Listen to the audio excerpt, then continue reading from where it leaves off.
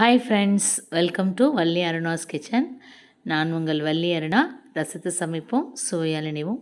இன்றைக்கி என்ன பார்க்க போகிறோம் அப்படின்னா, ஒரு ஹெல்த்தியான ட்ரிங்க்கு. இந்த வெயிலுக்கு நல்ல நார் சத்து அதிகம் உள்ள, அயன் அதிகமாக இருக்க ஒரு ஜூஸ் தான் பார்க்க போகிறோம். என்னன்னு பார்த்தோன்னா உங்களுக்கு கண்டுபிடிக்க முடியுதா? நல்ல திக்காக மில்க் வந்து ஆட் பண்ணியிருக்கேன். அத்திப்பழம், அதாவது பிக் ஃப்ரூட் அப்படின்னு சொல்லுவாங்க இல்லையா, அத்திப்பழம். நல்லா இந்த மாதிரி அத்திப்பழத்தை வந்து தோல் நைஸாக இருந்தால் மேலே இந்த மாதிரி எடுத்துருங்க. எடுத்துகிட்டு உள்ளே கட் பண்ணணும். ஏன்னா நல்லா நிறைய விதை இருக்கும், அதில் ஏதாவது புழு இருந்தாலும் பார்க்குறதுக்காண்டி பூச்சி இருக்கான்னு அந்த மாதிரி ரெண்டு ரெண்டாக கட் பண்ணிவிட்டு, எதுவும் இல்லை அப்படிங்கிறப்ப நம்ம என்ன பண்ணலான்னா ஜாரில் அப்படியே போட்டுட்டு தேவையான அளவுக்கு சுகர் வந்து ஆட் பண்ணிக்கலாம். சுகர் வந்து வேண்டாம், ஒயிட் சுகர் வேண்டாம் அப்படின்னு நினைக்கிறவங்க வந்து நாட்டு சர்க்கரை சேர்த்துக்கோங்க.